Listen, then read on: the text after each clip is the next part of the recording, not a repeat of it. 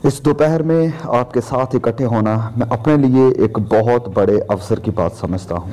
इससे पहले कि हम परमेश्वर के वचनों की सेवकाई में आगे बढ़े, मैं चाहता हूँ कि हम सब दुआ करें और मैं चाहता हूँ कि आप अपने लिए दुआ करें, क्योंकि इस दोपहर में यहाँ बहुत कुछ चल रहा है जो आप नहीं समझते हैं।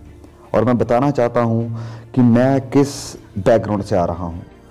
मैं प्रचार ऐसे करूँगा कि जैसे मरता हुआ आदमी मरते हुए आदमियों को, बहनों को और जवानों को प्रचार कर रहा हो। और मैं प्रचार ऐसे करूँगा कि जैसे आज के बाद मैं कभी प्रचार नहीं करने वाला हूँ। और मैं आपको आज ऐसी बातें बताऊँगा जो आप में से कुछ लोग गलत समझेंगे। मैं आपको ऐसी बातें बताऊंगा जिसे सुनकर आप में से बहुत से लोग मेरे ऊपर गुस्सा हो जाएंगे। मैं आपको ऐसी बातें बताऊंगा जिनका आप इनकार करेंगे। मैं आपको ऐसी बातें कहूंगा जिन्हें सुनकर आप में से बहुत से लोग कहेंगे कि आपके पास कोई अधिकार नहीं है मुझे ये सब कहने का। लेकिन इससे पहले कि आप कोई निर्णय लें, आपको ये सवाल अपने आप से पूछना है। देखिए, वचन का प्रचार करना एक बहुत ही खतरनाक चीज है। ये मेरे लिए भी खतरनाक है, क्योंकि बाइबल कहती है कि झूठे प्रचारक दुगनी सजा के हकदार होंगे। और अगर मैं यहाँ पर आपको कुछ झूठा प्रचार करता हूँ तो मेरे लिए संकट है। इसलिए मुझे डरते और कांपते हुए आज यहाँ पर प्रचार करना है, क्योंकि मैं खुदा के सामने दोषी नहीं ठहरना चाहता। लेकिन अगर जो मैं बातें आपको बताता हूँ वो सही हैं, तो फिर मुश्किल आपके लिए होगी। और इसलिए आपको डरते और कांपते हुए बातों को सुनना चाहिए। जो वचन मैं आपके साथ बांटने वाला हूं, अगर मैं इसकी सही से व्याख्या करूं तो ये ऐसे होगा कि जैसे खुदा एक इंसान के द्वारा आपके साथ बात कर रहा है।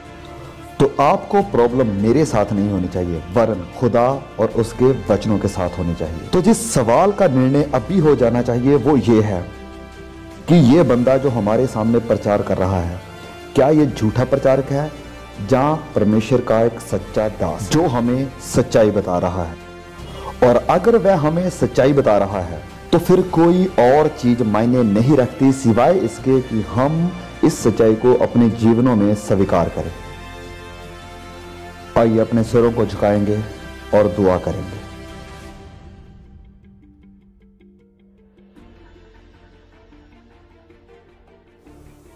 स्वर्गीय पिता, ऐ मेरे बाप, मैं बहुत छोटा हूं और बहुत से कामों में, बहुत सी बातों में कमजोर भी हूं। तू जानता है खुदा, बस तू जानता है, क्या ये सूखी हड्डियां फिर से जिंदा हो सकती हैं? तू जानता है खुदा। स्वर्ग पर विराजमान हमारे जिंदा खुदा, मैं दुआ करता हूं कि हमारे ऊपर दया कर, हमारे दिलों को, हमारे मनों को खोल दे। हम इंतज़ार नहीं कर सकते हैं कि ये लोग खुद अपने मनों को खोलें, क्योंकि वह नहीं खोलेंगे पिता, बस तू खोल सकता है। आज इन लोगों की आंखों को खोल दे पिता, वह बाइबल की सच्चाई को जान सकें। इनके ऊपर अपना मसा कर और उन्हें अपना उद्धार दे, उन्हें विश्वास दे पिता। अपनी महिमा के लिए उन्हें अपने राज्य में लेकर आए पिता। अपने नाम की महिमा के लिए आज ये बड़ा काम कर खुदा। हमारे बीच हम आज तेरी प्रेजेंस को चाहते हैं प्लीज पिता, क्योंकि हमारे पास और कोई उम्मीद नहीं है, कोई और आशा नहीं है। इन बच्चों के जीवनों में कोई और आशा नहीं है पिता, सिवाय इसके कि तू इनके जीवनों में काम करे। आमीन। मैं आज आपको मत्ती अध्याय 7 से सिखाऊंगा। आप अपनी बाइबल को मेरे साथ पढ़ सकते हैं। मत्ती अध्याय 7 वचन 13 से पढ़ेंगे। प्रभु यीशु ने कहा, स्केत फाटक से प्रवेश करो, क्योंकि चौड़ा है वह फाटक और चालक है वह मार्ग जो विनाश को पहुंचाता है, और बहुतेरे हैं जो उससे प्रवेश करते हैं। क्योंकि स्केत है वह फाटक और सकरा है वह मार्ग जो जीवन को पहुंचाता है, और थोड़े हैं जो उसे पाते हैं। झूठे भविष्यवक्ताओं से सावधान रहो, जो भेड़ों के भेष में तुम्हारे पास आते हैं, परंतु अंतर से फाड़ने वाले भेड़िए हैं। उनके फलों से तुम उन्हें पहचानोगे। लोग क्या झाड़ियों से अंगूर व ऊंट कटारों से अंजीर तोड़ते हैं? इसी प्रकार हर एक अच्छा पेड़ अच्छा फल लाता है और ना निकम्मा पेड़ अच्छा फल ला सकता है। जो पेड़ अच्छा फल नहीं लाता वह काटा और आग में डाला जाता है, सो उनके फलों से तुम उन्हें पहचान लोगे। जो मुझसे हे प्रभु कहता है, उनमें से हर एक स्वर्ग के राज्य में प्रवेश ना करेगा, परंतु वही जो मेरे स्वर्गीय पिता की इच्छा पर चलता है। उस दिन बहुतेरे मुझसे कहेंगे, हे प्रभु, क्या हमने तेरे नाम से भविष्यवाणी नहीं की और तेरे नाम से दुष्ट आत्माओं को नहीं निकाला और तेरे नाम से बहुत अचंभे काम नहीं किए? तब मैं उनसे खुलकर कह दूंगा कि मैंने तुमको कभी नहीं जाना। हे कुकर्म करने वालों, मेरे पास से चले जाओ।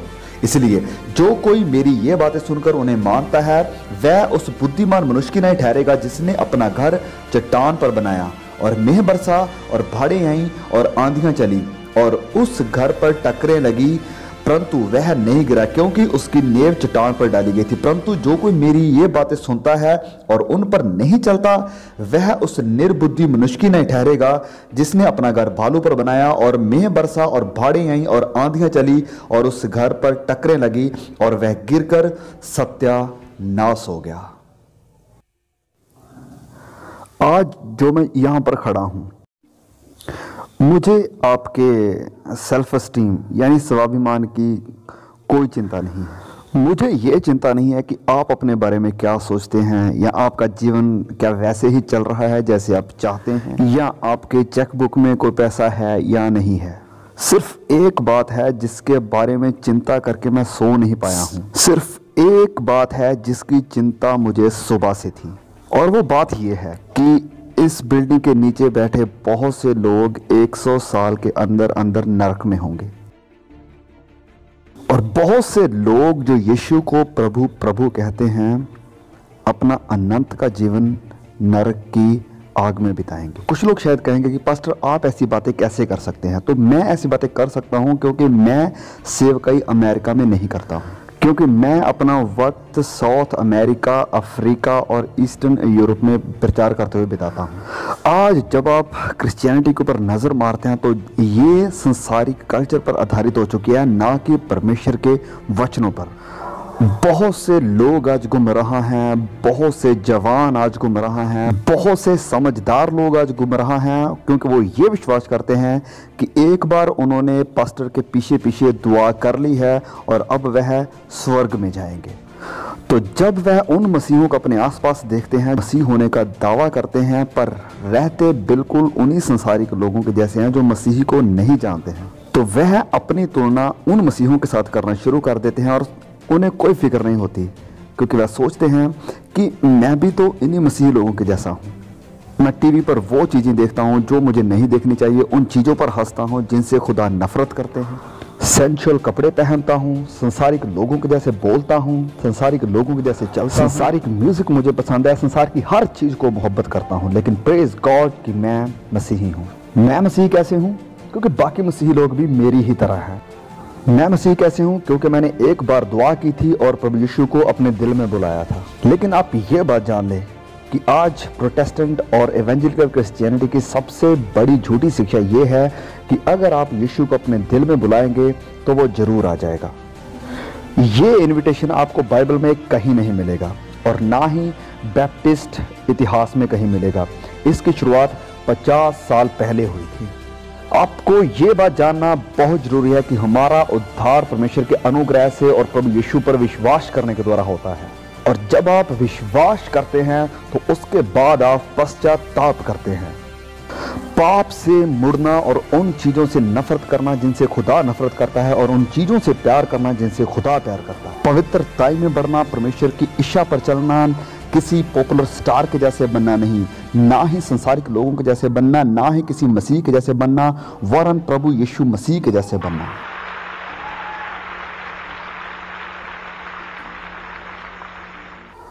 मुझे नहीं पता आप तालियां क्यों बजा रहे हैं, पर मैं तुम्हारे बारे में बात कर रहा हूं। मैं यहां पर इसलिए नहीं आया हूं कि मुझे आमीन मिले या आपकी प्रशंसा मिले।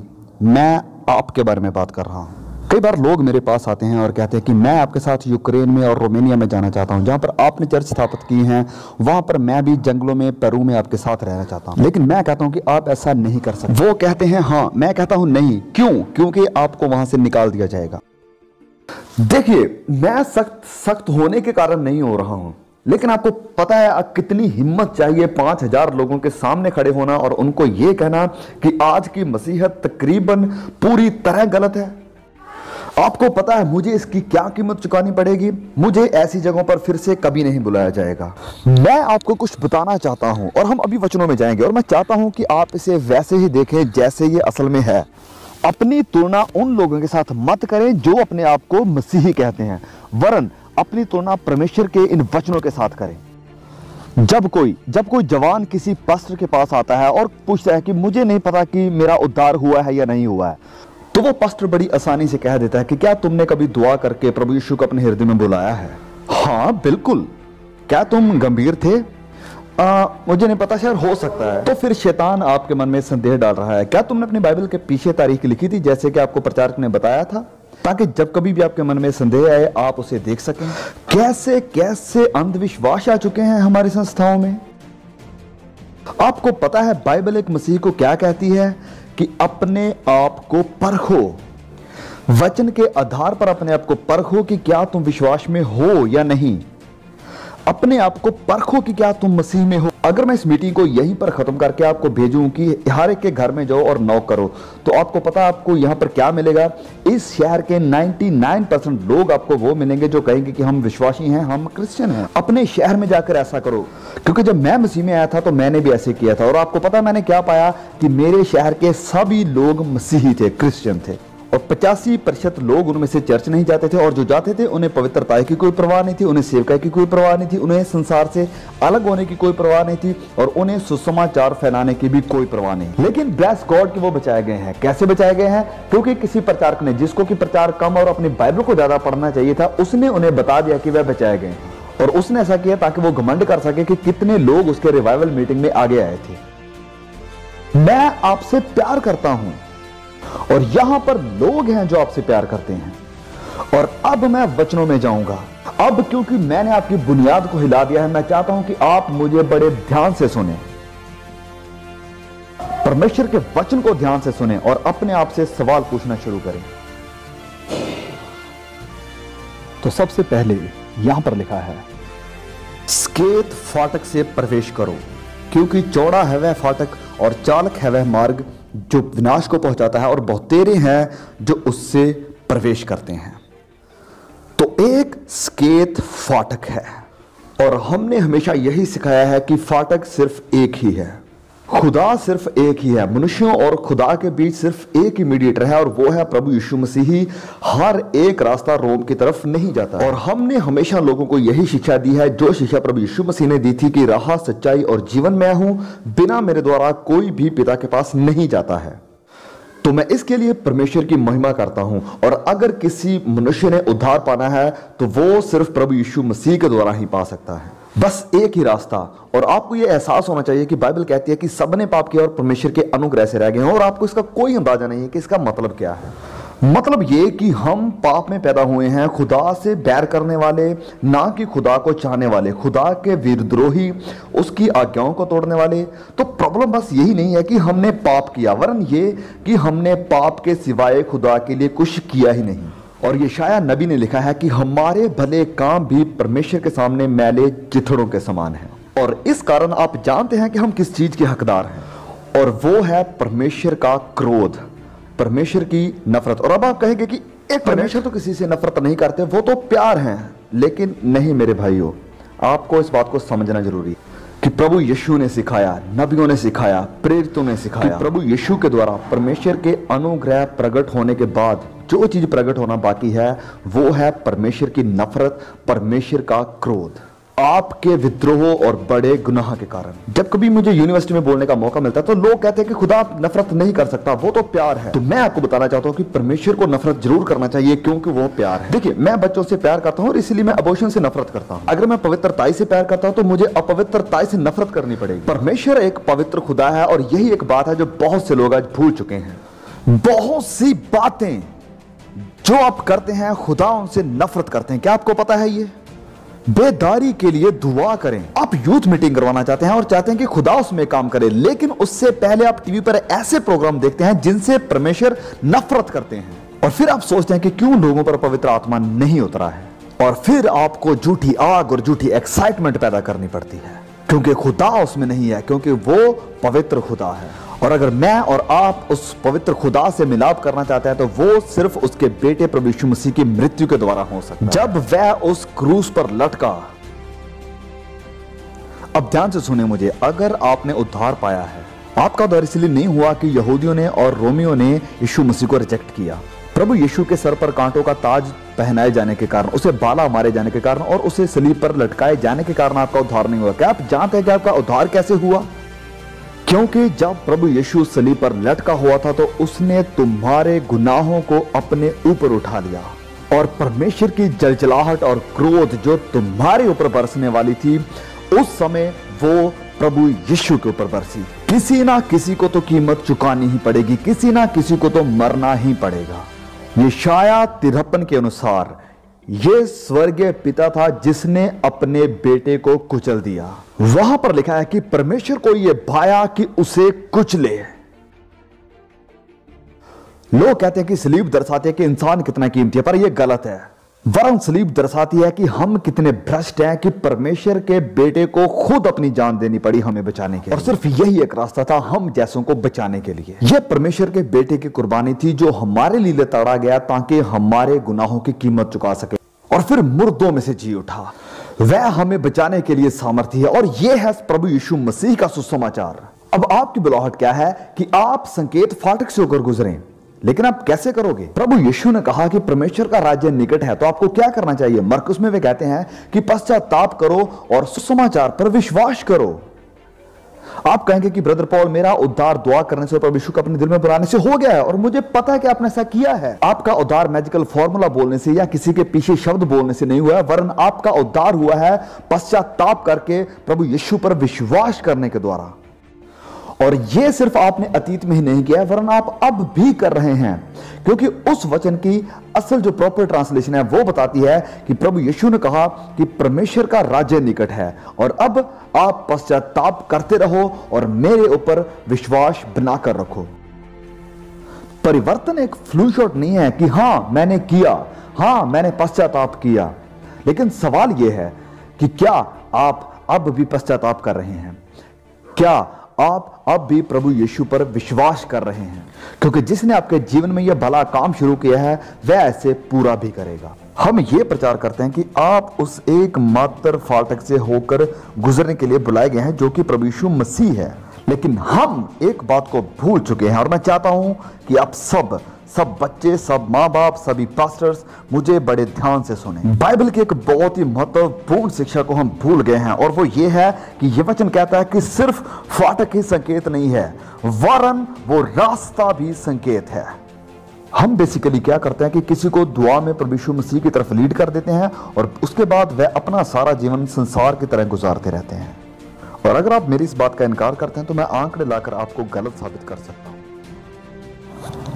किताब के ऊपर किताब लिखी जा रही है, पढ़ी जा रही है, सोशियोलॉजिस्ट के द्वारा, विद्वानों के द्वारा, थियोलॉजियंस के द्वारा, ये जानने के लिए कि चर्च को हुआ क्या है। हम ये देखते हैं कि अबॉर्शन जैसे चर्च के बाहर है वैसे ही चर्च के अंदर भी, और यही हाल डिवोर्स का है, अनैतिकता का, दुष्टता का, व्यभिचार का भी है। और आप भी जानते हैं, और इस बात को मैं भी जानता हूं कि यहाँ पर बहुत से ऐसे जवान हैं जो दुष्टता करते हैं और वही साथ से परमेश्वर की महिमा गा रहे हैं। ऐसे कुछ यहाँ पर जवान हैं जो नशा भी करते हैं और यूथ मीटिंग में भी आते हैं। वो ऐसे काम करते हैं, ऐसी चीजें देखते हैं जो कि एक मसीही को देखना योग्य नहीं है, और वह ऐसी मीटिंग में आते हैं और विश्वास करते हैं कि वह संतुष्ट हैं, विश्वास करते हैं कि उन्होंने उद्धार पा लिया है, और कोई उन्हें कुछ नहीं कहता सिवाय इसके वह शारीरिक मसीही हैं।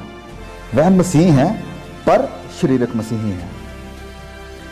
यह शिक्षा बैप्टिस्ट सेमिनरी से स्टार्ट हुई थी, जो कि एक सदर्न बैप्टिस्ट सेमिनरी नहीं है।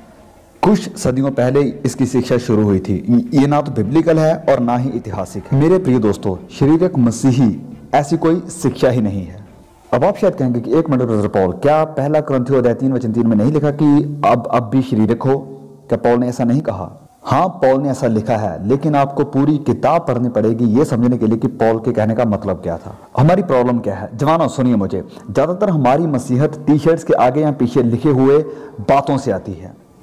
ज्यादातर हमारी मसीहत मसीह गीत लिखने वालों से आती है, ना कि पवित्र बाइबल से। जिस बात को आज हम सत्य समझते हैं वो ज्यादातर हमारी मॉडर्न क्रिश्चियनिटी से आ रहा है, ना कि बाइबल से। बाइबल ये कभी नहीं सिखाती है कि कोई अपने आप को सच्चा मसीही कहे और अपना जीवन लगातार हर दिन गुनाह में, पाप में और गलत कामों में बिताए। वरन बाइबल लगातार यह सिखाती है कि एक सच्चे मसीही को नया हृदय दिया जाता है। सच्चे मसीही के पास एक स्वर्गीय पिता है जो उन्हें संभालता है, उन्हें देखता है और उनकी परवाह करता है। मेरा दिल टूट रहा है, आप जानते हैं, मैं भी जानता हूं इस बात को, इसे छिपाए नहीं, आइए हिपोक्रेट ना बने। यहां पर बहुत सारे हैं, आप उन्हें जानते होंगे, आप भी शायद उन्हीं में से एक होंगे। आप शायद उन्हें मेरे से भी ज्यादा जानते होंगे क्योंकि उस मीटिंग में हैं, वो मसीही के रिलेटेड सब कुछ करेंगे, लेकिन उनके दिल में, उनके मन में बुराई भरी है। उनके जीवन में कोई तब्दीली नहीं है, कोई रोशनी नहीं है। जो कुछ संसार करता है वो भी करते हैं और उनके लिए ये सब सही है, ये अप्रोप्रिएट है। लेकिन मेरे दोस्तों, ये मसीहत नहीं है और उनके जीवन का सबसे बड़ा खतरा नरक है। वह परमेश्वर को नहीं जानते हैं। हम क्या सिखाते हैं? आपने कब सुना है, अगर आप किसी ने यह सिखाया हो कि स्वर्ग जाने के लिए सिर्फ स्केट फाटक ही नहीं है, वरन एक सकरा मार्ग भी, एक नैरो मार्ग भी है। प्रभु यीशु ने यह दर्शाया है कि एक सच्चे मसीही की निशानी यह है कि आप सकरे मार्ग पर चलोगे। लेकिन आपको पता है कि आज मसीहत में मसीही की निशानी क्या समझी जाती है? कि आपने किसी के पीछे दुआ की है। हैरानी वाली बात है ये। अगर आपको उधार के बारे में पूछो तो आपको क्या कहा जाता है कि क्या आपने दुआ की है?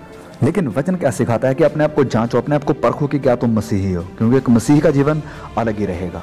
तो क्या मैं ये सिखाने की कोशिश कर रहा हूं कि एक मसीही के अंदर पाप नहीं होता है जीने? क्योंकि पहला यूहन्ना में हम पढ़ते हैं कि अगर कोई कहता है कि मेरे अंदर पाप नहीं है तो वो अपने आप को धोखा देता है, उसके अंदर सत्य नहीं है। तो फिर फर्क क्या है? आप कहना क्या चाहते हैं? और जो मैं कहना चाहता हूं वो ये है, अगर आप सच में नए सिरे से पैदा हुए हैं और परमेश्वर की संतान बन चुके हैं तो आप धार्मिकता के रास्ते पर चलेंगे और ये आपकी जिंदगी का एक स्टाइल बन जाएगा। और अगर आप कभी उस मार्ग से नीचे भी निकल जाते हैं तो पिता आपको उठाने के लिए आएगा, वो आपको सिखाएगा और वापस उसी मार्ग पर लेकर आएगा। लेकिन अगर आप ये दावा करते हैं कि आप स्केट फाटक से होकर गुजरे हैं, लेकिन आपका जीवन संसारिक लोगों के जैसे है, उन लोगों के जैसे है जो मसीह को नहीं जानते हैं, तो मैं चाहता हूं कि आपको डरना चाहिए, आपको बुरी तरह डरना चाहिए, क्योंकि आप खुदा को नहीं जानते हैं। मुझे उन लोगों के बारे में सोचकर डर लगता है जो दूसरे लोगों को कहते हैं कि वह बचाए गए हैं। और अगर आपने ऐसा किया है तो मुझे आपके बारे में सोचकर भी डर लगता है। आप लोगों को मत बताइए कि उन्होंने उद्धार पाया या नहीं, आप लोगों को यह बताइए कि उद्धार पाया कैसे जाता है। खुदा बताएगा कि उन्होंने उद्धार पाया है या नहीं। हम ये विश्वास करना भूल गए हैं कि उद्धार, साल्वेशन परमेश्वर का एक अलौकिक कार्य है और पवित्र आत्मा की मदद से जिनका जीवन परिवर्तन हुआ है, जो नए सिरे से पैदा हुए हैं, उनका जीवन बदल चुका है, वह नई सृष्टि बन चुकी है। क्योंकि बाइबल में लिखा है कि अगर कोई मसीह में है वह नई सृष्टि है। तो हम यहां वचन में देखते हैं कि एक स्केट फाटक है और एक सकरा, एक नैरो मार्ग है। और फिर वचन 15 में हम देखते हैं कि झूठे भविष्यवक्ताओं से सावधान रहो जो भेड़ों के भेष में तुम्हारे पास आते हैं लेकिन अंदर से फाड़ने वाले भेड़िए हैं, उनके फलों से तुम उन्हें जान लोगे। आपको इस बात को समझना चाहिए। एक बुद्धिमान व्यक्ति ने मुझे ये बहुत देर पहले ये बात कही थी कि पॉल, आपका सबसे सच्चा दोस्त वही है जो आपको सत्य बताता है। लेकिन आज मसीहत में हम ऐसे बन चुके हैं कि कोई हमें झिड़क नहीं सकता है और कोई किसी को नहीं कह सकता है कि वह गलत है। और बहुत से आज लीडर्स, बहुत से पास्टर्स भी इस झूठ का शिकार हैं। हम आज किसी को निराश करना नहीं चाहते हैं, हम सबके प्यारे होना चाहते हैं। लेकिन आपको इस बात को समझना चाहिए कि सबसे ज्यादा प्यार करने वाला सिर्फ खुदा है। और अगर आप किसी के प्यारे होना चाहते हैं तो खुदा के प्यारे बनो। आपको इंसानों से पहले परमेश्वर की महिमा की फिक्र होनी चाहिए। आज आपको इस बात को जान लेना चाहिए कि जो व्यक्ति आपको सबसे ज्यादा प्यार करता है वो आपको सच्चाई बताएगा। झूठे नबियों का सबसे बड़ा चिन्ह यही है कि वह आपको वो बताएंगे जो आप सुनना चाहते हैं। वह कभी आपको परेशान नहीं करेगा। वह चाहेगा कि जब वह प्रचार कर रहा है आप तालियां बजाएं, आप उसकी तारीफ करें, और वो आपका मनोरंजन हमेशा करता रहेगा और ऐसी मसीहत आपके सामने रखेगा कि जिसको प्रभु यीशु मसीह ने भी कभी नहीं जाना था। वो आपको इतना एंटरटेन करके रखेगा कि ऐसे गंभीर विषय कभी आपके सामने लेकर नहीं आएगा। क्या खुदा मेरी जिंदगी में काम कर रहा है? क्या मैं पवित्रताई में बढ़ रहा हूं? क्या मैं सच में नए सिरे से पैदा हुआ हूं? सुनिए मुझे, अगर इस शहर में कोई विश्वास करता है कि मैं बचाया गया हूं, जो कि सच नहीं है, क्योंकि बाइबल बताती है कि थोड़े ही हैं जो प्रवेश करेंगे। आपको कैसे पता कि आप बचाए गए हैं? आपको कैसे पता है कि आप सच में बचाए गए हैं? क्या इसलिए कि किसी ने आपको कह दिया है? क्या इसलिए कि आपने किसी के पीछे दुआ की है? क्या इसलिए कि आपने विश्वास किया? तो मैं आपसे पूछता हूं कि आपको कैसे पता कि आपने विश्वास किया? क्योंकि हर कोई कहता है कि हमने विश्वास किया। आपको कैसे पता कि आप उनके जैसे नहीं हैं? आपको पता है बाइबल क्या बताती है कि आपको कैसे पता चलेगा कि आप बचाए गए हैं? ऐसे पता चलेगा कि आप बचाए गए हैं क्योंकि आपका जीवन दिन प्रतिदिन बदल रहा है और आपके जीवन जीने का तरीका वचनों की सच्चाई के अनुसार है। और अगर आप कभी उस रास्ते से भटक जाते हैं, जैसे कि अक्सर होता है, तो खुदा आपके लिए आएगा और वो आपको उठाएगा और वापस आपको ट्रैक पर लेकर आएगा। उद्धार पाने का सबसे बड़ा चिन्ह यह है कि खुदा आपको कभी भी ऐसे बातें नहीं करने देगा जैसे कि आपका शरीर चाहता है। खुदा आपको कभी भी ऐसे सेंसुअल कपड़े नहीं पहनने देगा जो संसार और संसारिक चर्च आपको पहनने की अनुमति देंगे। खुदा कभी भी आपको संसार के जैसे चलने नहीं देगा, संसार के जैसे बनने नहीं देगा और संसार की चीजों को सुनने की अनुमति नहीं देगा। वह आपके जीवन को दिन प्रतिदिन तब्दील करेगा। यहां पर लिखा है, हम आगे बढ़ेंगे, वचन 17 से हम पढ़ेंगे। पहले हम वचन 16 को पढ़ते हैं। लिखा है कि उनके फलों से तुम उन्हें पहचान लोगे। झूठे नबियों को आप कैसे जानोगे? झूठे नबियों और विश्वासियों को परखने का सबसे बड़ा चिन्ह वचन हमें क्या देता है कि उनके फलों से तुम उन्हें पहचान लोगे। उनके फलों से मेरे दोस्तों, अपने जीवन को देखिए, अपने चलने फिरने के तरीके को देखिए, अपने दिल की चाहतों को देखिए। क्या प्रभु यीशु वहां पर है या फिर उसको आपने बस छोटा सा हिस्सा समझकर अपने जीवन में ऐड करके रखा है? क्या उसकी याद सिर्फ आपको आराधना के समय या संडे को ही आती है? क्या वो आपकी बस एक जरूरत है जहां आपके दिल का एक अहम हिस्सा है? और आप कैसे फल उत्पन्न कर रहे हैं? क्या आप संसारिक जैसे बनना चाहते हैं? क्या आपके पास वो आनंद का अनुभव है जिसे संसार ने आज तक कभी नहीं जाना है? क्या आप गुनाह से प्यार कर सकते हैं और उसे बढ़ावा दे सकते हैं? क्या आप विद्रोह से प्यार कर सकते हैं और उसे बढ़ा सकते हैं? इसका मतलब आप खुदा को नहीं जानते हैं। उनके फलों से तुम उन्हें पहचान लोगे। परमेश्वर के पास ताकत है लोगों को बदलने की। एक बार मेरे साथ कल्पना करके देखिए कि प्रभु यीशु ये अध्याय सिखा रहे हैं और आप वहां पर बैठे उन्हें सुन रहे हैं और वो आपकी तरफ देखते हैं। वो कहते हैं, कांटे कांटे, बस कांटे। क्या अंजीर के पेड़ पर आपने कभी कांटे देखे हैं? नहीं नहीं प्रभु, बिल्कुल नहीं। ऐसा कैसे हो सकता है? आप तो शायद कारपेंटर हैं, इसीलिए आप एग्रीकल्चर के बारे में इतना नहीं जानते हैं। लेकिन अंजीर के पेड़ के ऊपर कभी कांटे नहीं लगते हैं प्रभु। अच्छा, तो चलो ठीक है, फिर मैं आपको एक दूसरा सवाल पूछता हूँ। भला कभी आपने अंजीर को या अच्छे फलों को कभी झाड़ियों के ऊपर लगे हुए देखा है? कभी नहीं प्रभु, आप तो मजाक कर रहे हैं। प्रभु, ऐसा कभी नहीं हो सकता। आप कभी भी अंजीर के ऊपर कांटे और झाड़ियों के ऊपर कभी अंजीर के पेड़ को कभी नहीं देखेंगे। और अगर कभी कोई आपको बताता है ऐसा, तो आप इस बात को मार्क कर लो कि वो बिल्कुल झूठा है और वो झूठ बोल रहा है। और फिर प्रभु यीशु आपसे कहते हैं, अच्छा तो फिर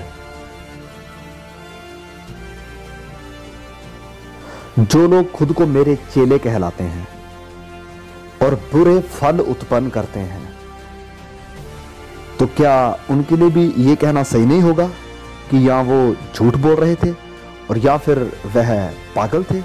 मैं आपको एक दूसरा उदाहरण देता हूं। मैं यहाँ पर लेट आता हूं और स्टेज के ऊपर खड़ा होता हूं और यहाँ पर जितने भी अगुए हैं, जितने भी पास्टर हैं, वो सब मेरे ऊपर गुस्सा होते हैं कि ब्रदर, आपको तो अप्रिशिएट करना चाहिए था कि हमने आपको बोलने का मौका दिया और ऊपर से आपने इतना देर कर दिया। भाइयों, मुझे प्लीज क्षमा कर दो। क्यों?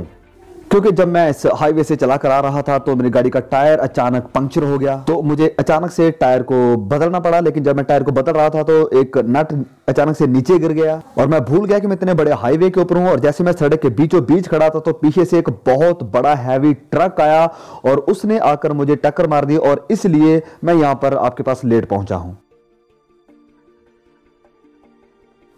अब यहां पर सिर्फ 2 तर्क होंगे। अब मुझे पता है कि यहां अब तर्क की तो कोई पढ़ाई नहीं करता है, लेकिन फिर भी यहां पर तर्क के आधार पर सिर्फ 2 कंक्लूजन्स हो सकती हैं। पहला ये कि मैं झूठा हूं, और दूसरा कि मैं पागल हूं। आप कहेंगे कि ब्रदर पॉल ये क्या मजाक है, ब्रदर पॉल ऐसे हो ही नहीं सकता, ये इम्पॉसिबल है कि इतने बड़े ट्रक ने आपको टक्कर मार दी लेकिन आपके शरीर के ऊपर कोई बदलाव नहीं आया। लेकिन मैं आपसे पूछना चाहता हूं कि बड़ा क्या है, ट्रक या खुदा? लेकिन यह कैसे हो सकता है कि आज कितने लोग यह दावा करते हैं कि वह प्रभु यीशु मसीह के साथ मेल खा चुके हैं लेकिन फिर भी उनके जीवन में कोई बदलाव नहीं आया है? मैं कुछ बातें आपके सामने रखता हूं और आप सोचिए। आप जानते हैं कि मैं आपको सच्चाई बता रहा हूं। कितनी बार आप अपने जीवन को बार बार और बार समर्पित करते रहते हो।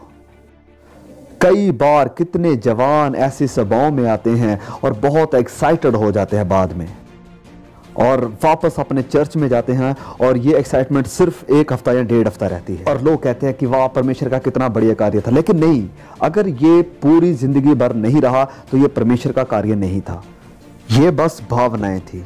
वहां पर बहुत कुछ था लेकिन ये परमेश्वर का कार्य नहीं था। क्या परमेश्वर ने आपके जीवन में कार्य किया है? क्या वो परमेश्वर आपके जीवन में अभी भी कार्य कर रहा है?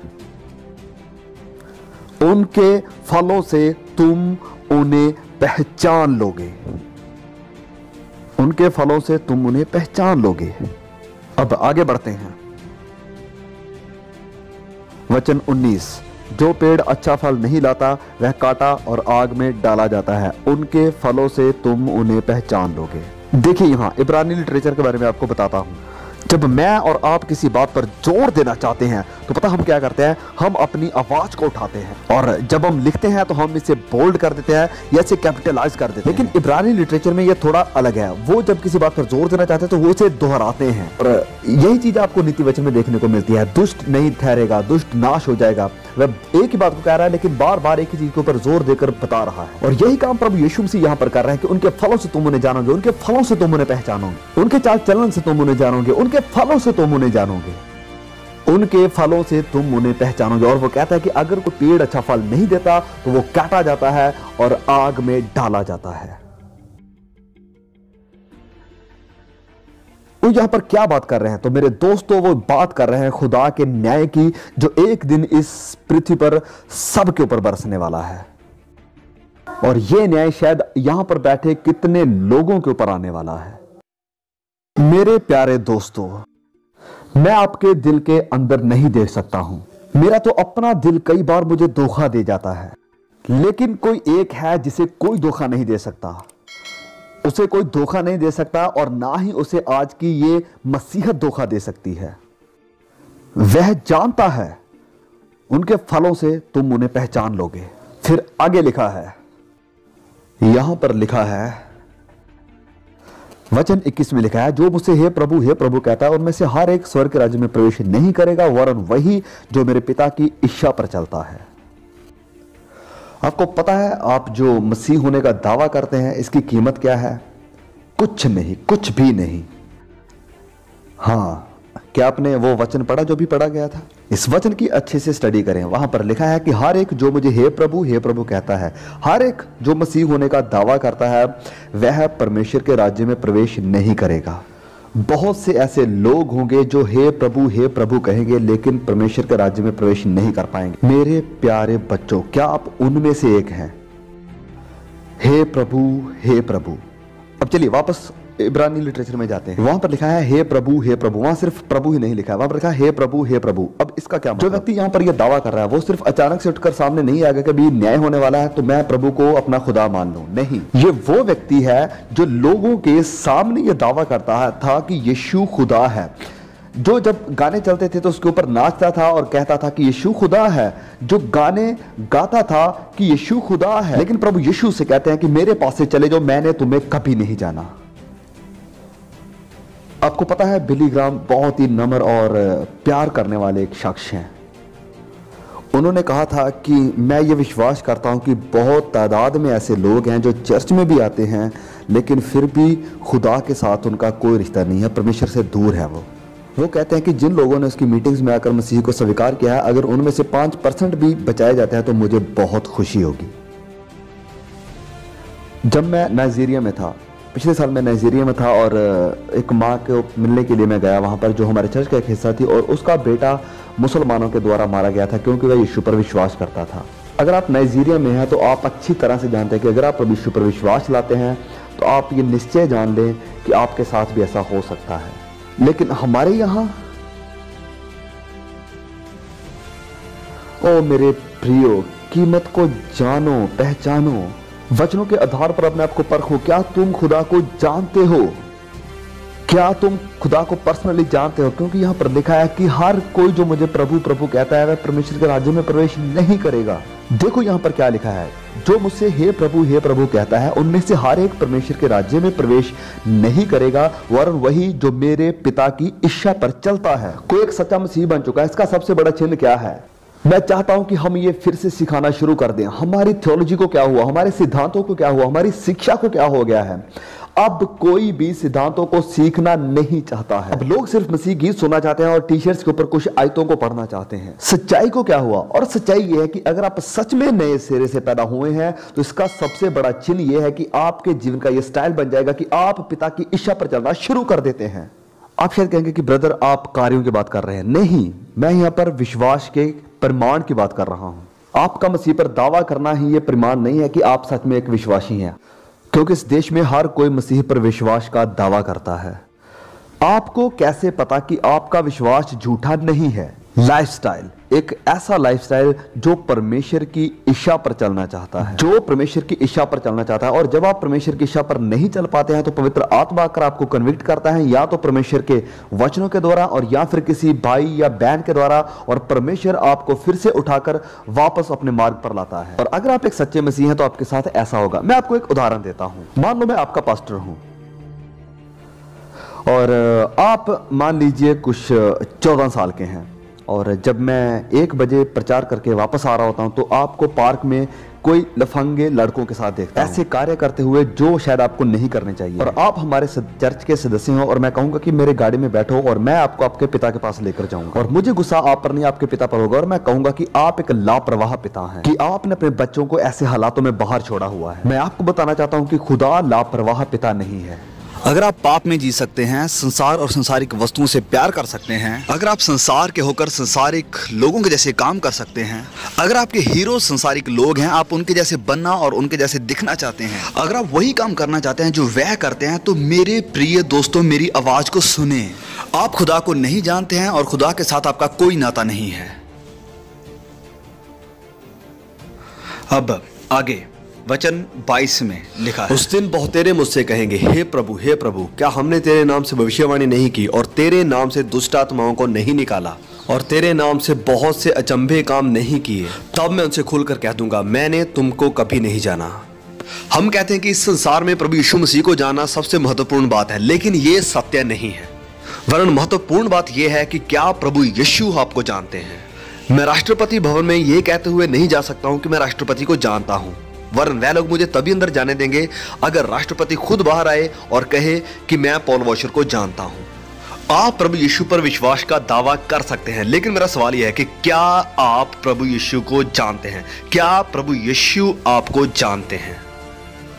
अब देखिए यहां पर वह खोए हुए व्यक्ति के बारे में क्या कहते हैं। वह कहते हैं, हे कुकर्म करने वालों, मेरे पास से चले जाओ। मैं इसका आपको असल मतलब बताता हूं। सुनिए मुझे, मैं चाहता हूं कि ये बातें मैं आपको गले से लगाकर कह पाता। प्लीज सुनिए मुझे।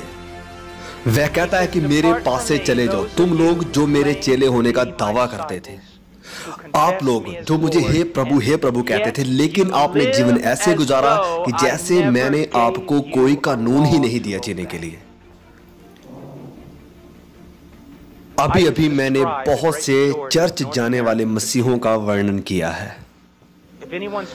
आज अगर कोई आज्ञाओं की बात करता है, अगर कोई बाइबल के प्रिंसिपल्स की बात करता है, हमें कैसे जीना चाहिए, कैसे नहीं जीना चाहिए, तो हर कोई ये चिल्लाना शुरू कर देता है कि तुम फरीसी हो। लेकिन देखिए प्रभु यीशु क्या कहते हैं। वह कहते हैं कि मेरे पास से चले जाओ तुम लोग जो मुझे हे प्रभु कहते थे, लेकिन जीवन ऐसे गुजारा आप लोगों ने कि जैसे मैंने कोई आज्ञा ही नहीं दी आपको मानने के लिए। बपतिस्मा ले लिया, हालेलुया, अब आपकी स्वर्ग की टिकट पक्की है, आप अब कैसे भी अपना जीवन गुजार सकते हैं।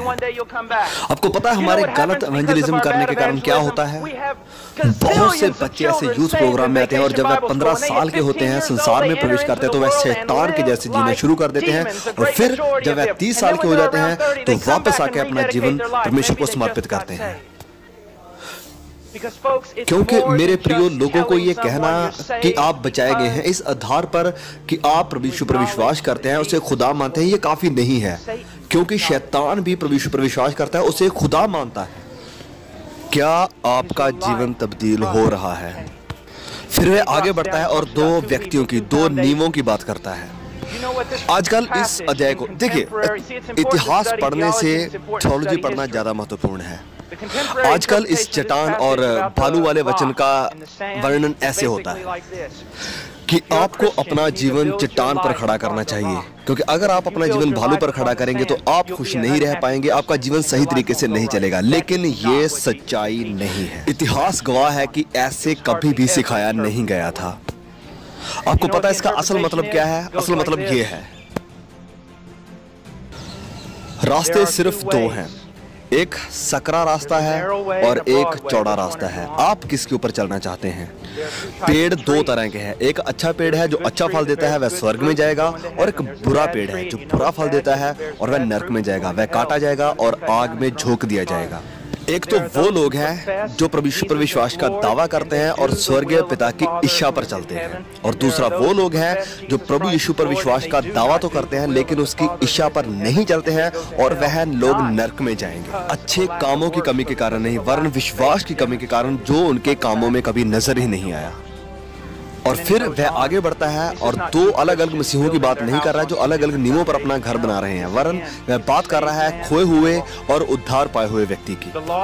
खोया हुआ व्यक्ति वचन तो जरूर सुनता है पर वह मजबूत नींव नहीं बनाता है। आप कभी भी उसके जीवन में नहीं देखेंगे कि परमेश्वर का वचन उसे संभाल रहा है, उसे चला रहा है और उसे कंट्रोल कर रहा है।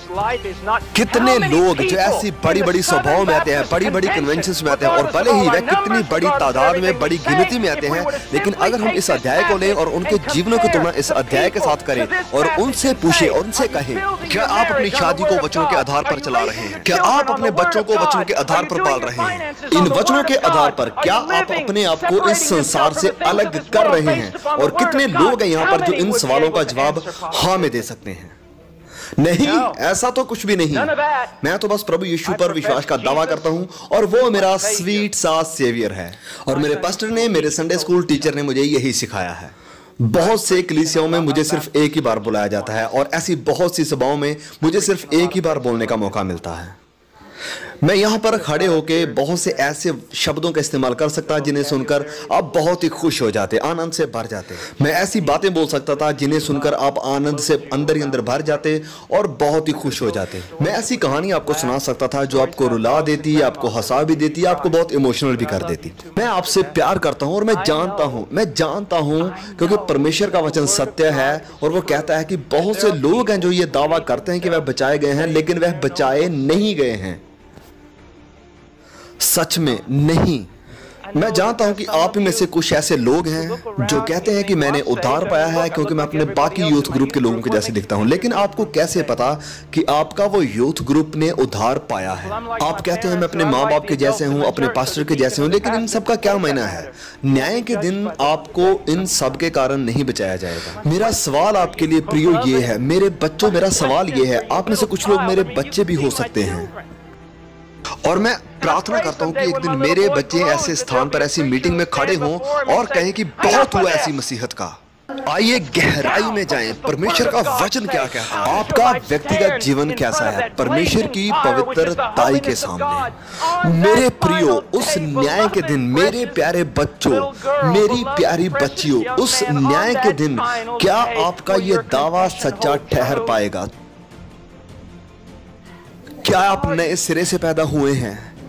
मैं ये नहीं कह रहा कि आप कहें कि मुझे लगता है कि मैंने उद्धार पाया है, क्योंकि ऐसा मार्ग है जो ठीक दिखाई पड़ता है, परंतु उसके अंत में मृत्यु है। ओ, मेरा मन कहता है कि मैं बचाया गया हूं, लेकिन क्या आपने कभी पढ़ा है कि मन सब वस्तुओं से ज्यादा धोखे देने वाला है? क्या आपको वचनों की गवाही के अनुसार नहीं जाना चाहिए? कुछ लोग कहेंगे कि मैंने उद्धार पाया क्योंकि मेरे पास्टर ने, मेरे घर वालों ने मुझे बताया था कि मैंने उद्धार पा लिया है। लेकिन मैं आपको यह कह रहा हूं कि परमेश्वर का वचन आपको क्या कहता है। देखिए, हम बहुत बात करते हैं सुधारवादी या रेडिकल मसीह होने की। रेडिकल, सुधारवादी मसीही।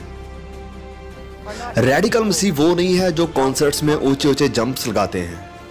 रेडिकल मसीह वो नहीं है जो क्रिश्चियन टी शर्ट्स पहनते हैं। वरन रेडिकल सुधारवादी मसीह वो हैं जो पवित्र आत्मा के फलों को दर्शाते हैं। रेडिकल मसीह वो हैं जो अपने माँ बाप की इज्जत करते हैं, उनका सम्मान करते हैं। रेडिकल यानी सुधारवादी मसीह। अब ध्यान से सुनिए, मुझे पता है कुछ लोगों को अब गुस्सा आने वाला है, पर सुनिए, सुधारवादी रेडिकल मसीह वो हैं, वो लड़के, वो लड़कियां हैं जो सेंसुअल कपड़े नहीं पहनते हैं लोगों को अपना बदन दिखाने के लिए। अगर आपकी पोशाक आपके चेहरे के लिए फ्रेम है तो परमेश्वर आपसे खुश है, और अगर आपकी पोशाक आपके बदन के लिए फ्रेम है तो आप सेंसुअल है, और परमेश्वर इस बात के लिए आपको नफरत करते हैं। हर कोई आज नबियों के बारे में बात करता है, पर वह किसी को सुनना नहीं चाहते हैं। मैं मसीहत की बात कर रहा हूं। मैंने जंगलों में, एंडीज पहाड़ों की सर्दियों में अपना जीवन गुजारा है। मैंने लोगों को मरते हुए देखा है। एक छोटा बच्चा एंड्रयू मोमिन, मुसलमानों ने उसके पेट में 5 गोलियां मारी, उसे रास्ते पर छोड़ दिया, और वह डर रहा था, रोता था कि मैं अपने विश्वास को नहीं छोड़ सकता हूं, पर मैं डर रहा हूं, मुझे मत मारिए। मैं प्रभु यीशु का इनकार नहीं कर सकता हूं, प्लीज मुझे छोड़ दीजिए, मुझे मत मारिए। और आप बात करते हैं रेडिकल मसीह होने की क्योंकि आप क्रिश्चियन टी शर्ट पहनते हैं, क्योंकि आप ऐसी मीटिंग में आते हैं। मैं बात कर रहा हूं पवित्रताई की, मैं बात कर रहा हूं धार्मिकता की। आपको पता है ये परमेश्वर का कितना बड़ा कार्य होगा अगर आप सब ये मान लें, अगर मैं भी ये मान लूं पवित्र आत्मा की कन्विक्शन से, और अपने घुटनों पर आए और रोए, क्योंकि हमने वो चीजें देखी जिनसे परमेश्वर नफरत करते हैं, क्योंकि हम वो पहनते हैं जिनसे परमेश्वर नफरत करते हैं। हम संसार के जैसे दिखना और संसार के जैसे चलना चाहते हैं, और हम ये सब करते हैं और हम ये नहीं जानते कि हम क्या कर रहे हैं, क्योंकि हम परमेश्वर के वचनों को नहीं जानते हैं। भले ही हम बाइबल के सारे सिद्धांतों को जानने का दावा करते हैं, फिर भी हम सिर्फ दृष्टांतों को जानते हैं, बाइबल की कहानियों को जानते हैं और कुछ जरूरी वचनों को जानते हैं।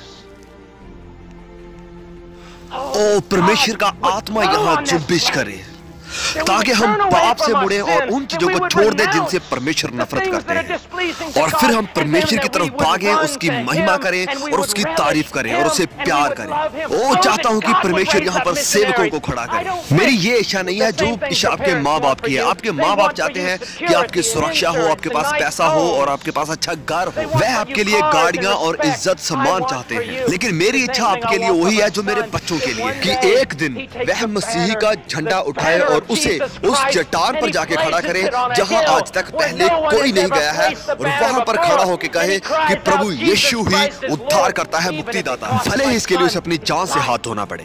कोई भी 18 साल का ऐसा नहीं है जो मुझे आकर कहे जो मैंने कहा था जब मैं जवान था, कि मैं जंगलों में जा रहा हूं, मैं पहाड़ों में जा रहा हूं, और वो कहते थे कि तुम वहां नहीं जा सकते, तुम पागल हो, ये एक युद्ध है, तुम वहां मारे जाओगे। लेकिन मैं वहां जाऊंगा, और अगर मेरा बेटा ऐसे कहेगा तो मैं उसका बैग तैयार करूंगा और कहूंगा जाओ जाओ, परमेश्वर तुम्हारे साथ हो, और अगर तुम वहां मर भी जाते हो तो मैं तुम्हें स्वर्ग में मिलूंगा और खुश होऊंगा। हे पिता, आइए दुआ करें, आइए दुआ करें। ऐ मेरे स्वर्गीय पिता, मुझे अपने आदर सम्मान की कोई फिक्र नहीं है। लोग मेरे बारे में क्या सोचते हैं इसकी कोई परवाह नहीं है मुझे। मैं चाहता हूं कि तेरा नाम आदर पाए, और मैं चाहता हूं कि ये जवान बच्चे बचाए जाएं। और पिता, जिन्होंने उद्धार पाया, मैं चाहता हूं कि वह आज की इस झूठी मसीहत की तरफ देखना बंद कर दे जिनसे आप नफरत करते हैं, और वह लोग बस परमेश्वर तेरे वचनों को देखें और कहें कि मैं प्रभु यीशु के पीछे चलूंगा। और मेरी प्रार्थना है सारे यूथ मिनिस्टर्स के लिए, सारे पास्टरों के लिए, कि आप उन्हें अपनी आत्मा से भर दें, अपने प्यार से भर दें और उन्हें परख वाली आत्मा दें। ऐ स्वर्गीय पिता, कीमत चाहे कोई भी हो, पर मैं चाहता हूं कि आप यहां पर सेवकों को खड़ा करें। और इन बच्चों को देखकर मैं अपने बेटे को याद करता हूं और चाहता हूं कि पिता आप उसे सेवकाई के लिए तैयार करें और युद्ध के ऐसे स्थान पर भेजें यहां पर बहुत खतरा हो। ऐ पिता, सेवकों को तैयार कर, सेवकों को तैयार कर, प्रचारकों को तैयार कर, जो सच्चाई का प्रचार करते हैं, जो तेरे वचनों को जानते हैं और तेरे वचनों की सच्चाई को जानते हैं। ऐ पिता, हे स्वर्गीय पिता, इस स्थान पर काम कर, इस जगह पर अपना कार्य कर प्रभु।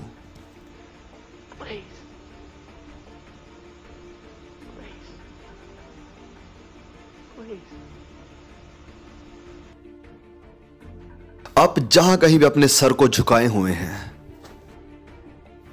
क्या ऐसा कोई है जो ये कहेगा, ब्रदर पॉल, मैं झूठा जीवन गुजार रहा था, मैं मसीह होने का दावा तो करता था, पर मैं संसार को बहुत प्यार करता था, संसारिक चीजों से प्यार करता था, संसारिक म्यूजिक को पसंद करता था, संसार की हर वस्तु मुझे आकर्षित करती थी, लेकिन अब मैं उससे नफरत करता हूं। यह सब बहुत हुआ, अब मैं तंग आ गया हूं इससे, मैं बचना चाहता हूं, मैं नए सिरे से पैदा होना चाहता हूं। मैं चाहता हूं कि आप अपनी जगह पर खड़े हो जाएं। ब्रदर पॉल, मैं उद्धार पाना चाहता हूं। आमीन। कोई और है जो कह रहा है, मैं बचना चाहता हूं।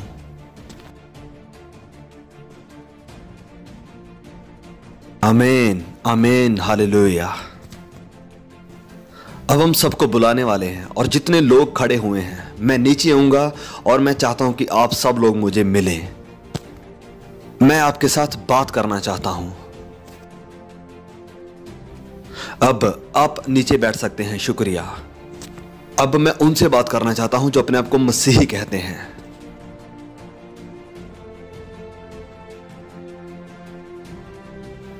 क्या आपके जीवन से परमेश्वर की महिमा हो रही है? क्या आप वचनों से देख रहे हैं कि आपका जीवन कैसा होना चाहिए?